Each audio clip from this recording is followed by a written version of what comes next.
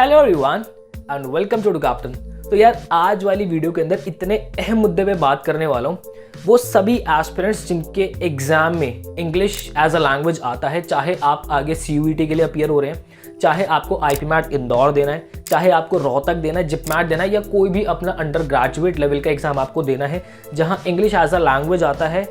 आज आपसे बात करूँगा रीडिंग कॉम्प्रिहेंशन की, कैसे अपना स्कोर आप इंप्रूव कर सकते हो।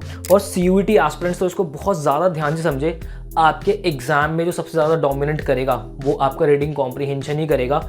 कैसे आप इसके अंदर अपना स्कोर इंप्रूव कर सकते हो। अभी तक स्कोर नहीं आ रहा था तो क्या आप गलतियां एक्चुअल में बच्चे ज़्यादा करते हैं, वो सारी ही बात करेंगे।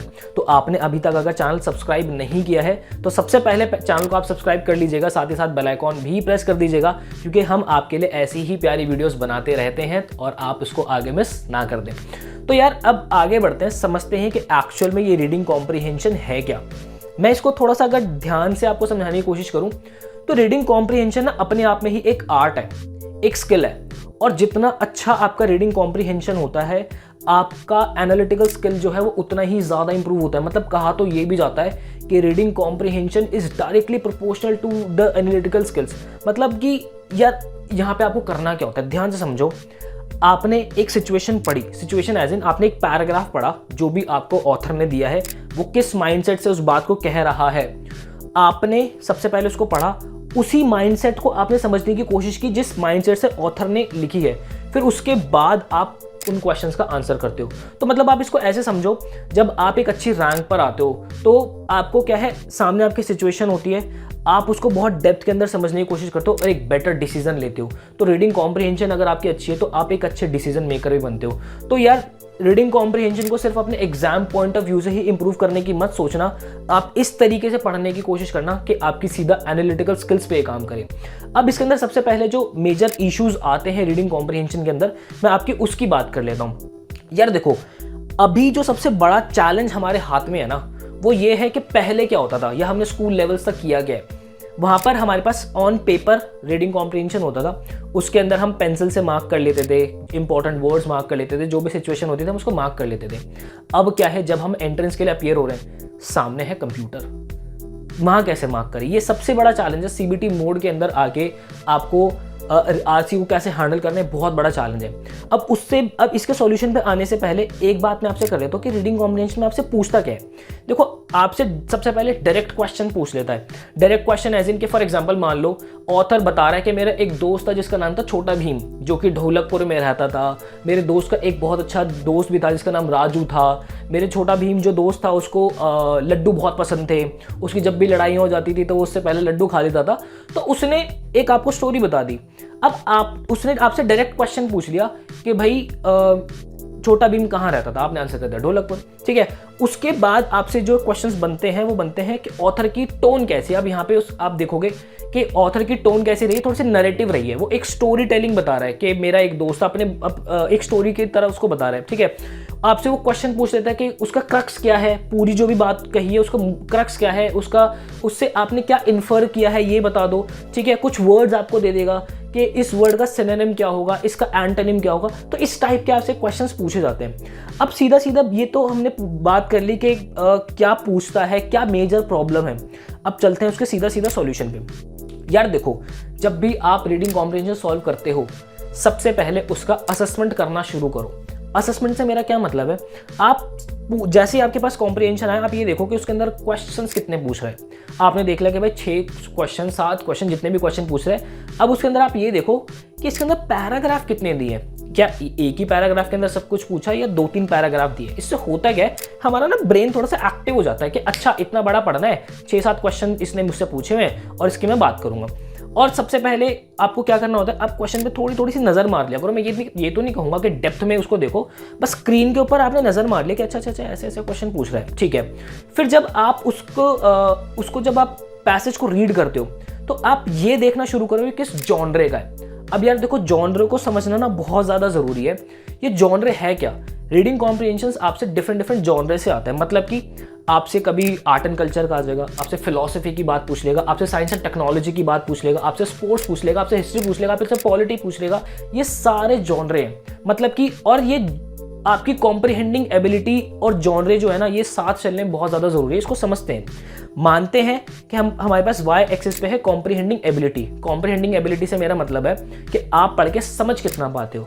एक्स एक्सिस पर मान लेते हैं हम अपना जो जॉनरे का एक्सपोजर है उसको मान लेते हैं। यहाँ पर आया हमारा कॉम्प्रिहेंडिंग एबिलिटी, एक्स एक्सिस पर आ गया हमारा एक्सपोजर टू डिफरेंट जॉनरा। अब जब बच्चा पढ़ना शुरू करता है तो वो अपनी कॉम्प्रिहेंडिंग एबिलिटी पे ही ध्यान देता है, बस कि मुझे ज़्यादा से ज़्यादा चीज़ें समझनी है। वो जॉनरे पे ध्यान देता ही नहीं है।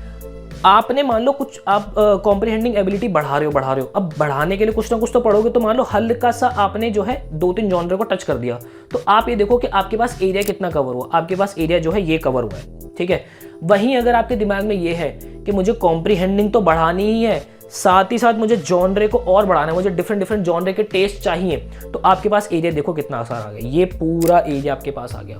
दैट मीन्स जब आप कॉम्प्रिहेंडिंग एबिलिटी पे, अपनी समझ पे काम करते हो, तो साथ साथ जॉनरे पे भी काम करो कि मुझे डिफरेंट जॉनरे को पढ़ना है।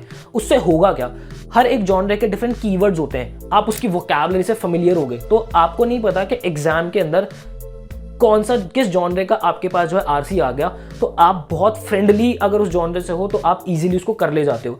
इसीलिए आपको ये भी टिप दी जाती है कि आपको न्यूज़पेपर रीड करना चाहिए। यार देखो, अगर आपकी रीडिंग की हैबिट नहीं है ना, तो रीडिंग की हैबिट डालना शुरू कर दो। एक स्टेज जरूर ऐसी आएगी, बहुत कड़वा सच में बता रहा हूँ, एक स्टेज ऐसी जरूर आएगी जब आपको न्यूज़पेपर पे स्विच करना ही पड़ेगा। मैं ये तो नहीं कह रहा कि आज ही जाके न्यूज़पेपर परचेज कर लेना, नहीं। अपने नॉवल को उठाओ, किसी भी नॉवल से बेसिक चेतन भगत की कोई नॉवल उठा लो, पढ़ना शुरू करो, क्योंकि जब तक आप रीडिंग करना शुरू नहीं करोगे, ना ही आपकी वोकैबुलरी पे कमांड आएगी। इससे पहले मैंने वोकैबुलरी की वीडियो बताई थी, वहां पर भी मैंने ये जिक्र किया था। ना ही आपकी वोकैबुलरी पे कमांड आएगी और ना ही आपकी आरसीज पे कमांड आएगी। तो आपको जो है अपनी रीडिंग हैबिट को बढ़ाना ही पड़ेगा। अब उसके बाद कुछ 3S टेक्निक्स होती है। अब ये 3S टेक्निक क्या है, आपकी स्किमिंग, स्किपिंग और स्कैमिंग। टेक्निक पे जानने से पहले मैंने इसको डेप्थ के अंदर, हमारी 1-1.5 घंटे की वीडियो है, उसके अंदर बहुत प्यारे तरीके से एक्सप्लेन कर रखा है कि skimming, skipping, scanning proper example के साथ रीडिंग कॉम्प्रिहेंशन की एक पैक वीडियो है। आप उसको देख सकते हो, वहां पे ये टेक्निक सीख सकते हो। अच्छा, अब ये 1.5 घंटे की जो वीडियो है प्रॉपर एक पैक वीडियो है। इनफैक्ट एक ही वीडियो नहीं कहूँगा, आपको 16 वीडियोस के अंदर मैंने आपकी इंग्लिश लैंग्वेज जो है वो कंप्लीट की हुई है, that is free of cost. बाकी अगर आप एडू कैप्टन की प्रीमियम फैमिली का पार्ट भी बनना चाहते हैं तो येस, हमारे पेड कोर्सेज भी अवेलेबल है, आप वहां पर भी जो है ज्वाइन कर सकते हैं, जिसका डिस्क्रिप्शन के अंदर आपको सारी डिटेल्स मिल जाएगी। स्क्रीन के ऊपर आप एक नंबर भी फ्लैश हो रहा होगा, वहां पर आप व्हाट्सएप ड्रॉप कर सकते हैं और बैच से रिलेटेड इन्फॉर्मेशन ले सकते हैं। प्रीमियम कोर्स के अंदर सारी ही चीज़ें आपको बहुत ही ज़्यादा स्ट्रक्चर्ड वे के अंदर मिल जाती है, हर एक फोल्डर वाइज मिल जाते हैं, आपको मॉक टेस्ट मिल जाते हैं, आपको डिफरेंट यूनिवर्सिटीज़ के मॉक टेस्ट मिल जाते हैं, आपको जो है बुक सेट मिल जाती है, वीडियो लेक्चर्स आपको प्रॉपर मिल जाते हैं, लाइव स्ट्रीम्स आपको मिल जाती है, बहुत सारी चीज़ें आपको जो है हमारे प्रीमियम कोर्स के अंदर मिल जाती है। Now coming back to the technique, 3S technique की मैं बात कर रहा था। स्किमिंग टेक्निक के अंदर क्या होता है, आप उसको हॉरिजॉन्टली नहीं पढ़ते हो, आप उसको वर्टिकली पढ़ते हो, टक टक टक टक कि कैसे कैसे किन किन बातों को ध्यान देना, टक टक टक टक टक टक आप करके पढ़ गए। देन उसके बाद आपका आता है स्किपिंग। अब कुछ चीज़ें ऐसी होती है जिसको हमें स्किप करना होता है, लाइक डेटा जोन्स। कुछ डेटा जोन मतलब कुछ पैराग्राफ्स के अंदर आपको डेटा दिए होते हैं कि अच्छा 1997 में ये हुआ था, ये हुआ था, आपको कर देना उसको तुरंत स्किप, क्योंकि आपको पता है कि यहाँ से शॉर्ट क्वेश्चन बनता है, तो उसको मैं अभी स्किप कर देता हूँ। देन उसके बाद आपके कुछ एग्जाम्पल्स होते हैं, कुछ सिचुएशंस ऐसे होते हैं जिसको ऑथर जो है वो एग्जाम्पल की हेल्प से बता रहा होता है, आपको उसको छोड़ना होता है, उसको स्किप करना होता है फॉर दैट मोमेंट। देन उसके बाद आपके आते हैं कुछ क्वेश्चन पॉकेट। कुछ क्वेश्चन पॉकेट ऐसे होते हैं कि जहाँ से क्वेश्चन बनता ही बनता है, आपको पता है कि यहाँ से क्वेश्चन बनना ही बनना है, आपने एक बार रीड किया, फिर आप वापस से क्वेश्चन की तरफ जाते हो, तो आप वापस से आके उसको रीड करते हो। आपको पता अब ये क्वेश्चन पॉकेट क्या है, आपके बट, देयरफॉर, ये कुछ ऐसे वर्ड्स होते हैं जिससे आपके जहां से क्वेश्चंस आने की प्रोबेबिलिटी बहुत ज्यादा होती है, तो आपको इन क्वेश्चन पॉकेट्स को भी ध्यान देना होता है। देन उसके बाद आपकी आती है स्कैनिंग। देखो यार, कुछ पैराग्राफ्स ऐसे होते हैं जिसके अंदर ऑथर की proper tone, conclusion, theme, proper crux हमें पता चलता है, दैट इज आपका पैराग्राफ 1 और पैराग्राफ लास्ट। और पैराग्राफ 1 और लास्ट में भी कुछ स्पेसिफिक लाइंस होती है जिनको हमें बहुत डेप्थ में पढ़ना होता है, जिससे हमें प्रॉपर टोन, प्रॉपर थीम जो है हमारी आरसी की पता चल जाती है। अब इसी के साथ बैक ऑफ द माइंड आपके क्या चलना चाहिए, जैसी आपकी स्किमिंग, स्किपिंग और स्कैनिंग की टेक्निक चल रही है, बैक ऑफ द माइंड आपके चलना चाहिए कि यार ये ऑथर का टोन क्या है, मतलब जो भी जिस भी तरीके का आपके पास पैसेज है कि अच्छा ये पहले थोड़ी सी पॉजिटिव बातें कर रहा था, अब थोड़ा सा नेगेटिव हो गया, फिर ये थोड़ा सा न्यूट्रल भी हो गया, अब एंड में आके इसने कंक्लूजन क्या दिया। तो ये टोन आपके दिमाग में चलना चाहिए, प्रॉपर उसका ऑर्गेनाइजेशन चलना चाहिए। देन उसके बाद आपके दिमाग में ना क्रक्स आना चाहिए कि अच्छा इस बात से मैं ये भी क्रक्स निकाल सकता हूँ, इस बात से ये भी क्रक्स निकाल रहा हूँ। और जब आप पूरा पैसेज पढ़ लेते हो आपके दिमाग में एक मोटा क्रक्स आ जाता है। देन लास्ट में आता है आपका 30 सेकेंड हैक। अभी 30 सेकेंड हैक के आपने रीड किया, पैसेज को अच्छे से समझा, उसके बाद आप अपना दिमाग एकदम छोड़ते हो और सोचते हो कि हाँ पूरे पैसेज में उसने क्या क्या कहा था, उसको ऐसे शुरू हुआ, उसने ऐसे किया और फिर उसने ये बात की, उसने कुछ एग्जांपल्स दिए अब ये। तो ये 30 सेकेंड हैक जब आप दे देते हो उसके बाद आपको प्रॉपर पता चल जाता है कि अब करना क्या, आपको प्रॉपर आइडिया लग जाता है कि अब भाई कैसा भी क्वेश्चन दे दो फोड़ दूंगा मैं।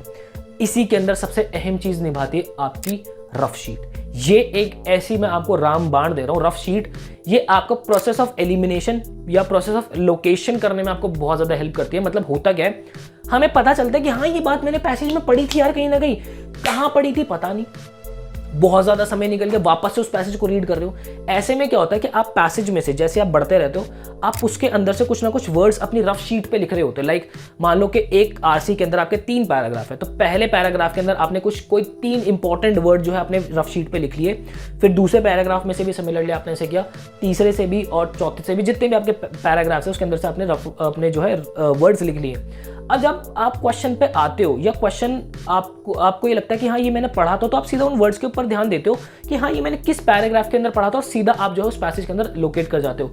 तो सीबीटी मोड के अंदर जब आप कंप्यूटर बेस्ड एग्जामिनेशन देते हो उसके अंदर ये जो रफ शीट है, वर्ड्स आप उसके अंदर से लिखते हो, बहुत ज़्यादा आपको जो है आंसर्स लोकेट करने में हेल्प कर जाता है। तो आई होप आपको क्लैरिटी मिली होगी अपने रीडिंग कॉम्प्रिहेंशन को कैसे आप इंप्रूव कर सकते हो।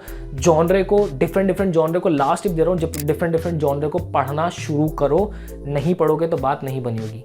तो मैं लेता हूँ आपसे विदा, मिलता हूँ आपसे नेक्स्ट वीडियो के अंदर, मुझे दीजिएगा इजाज़त।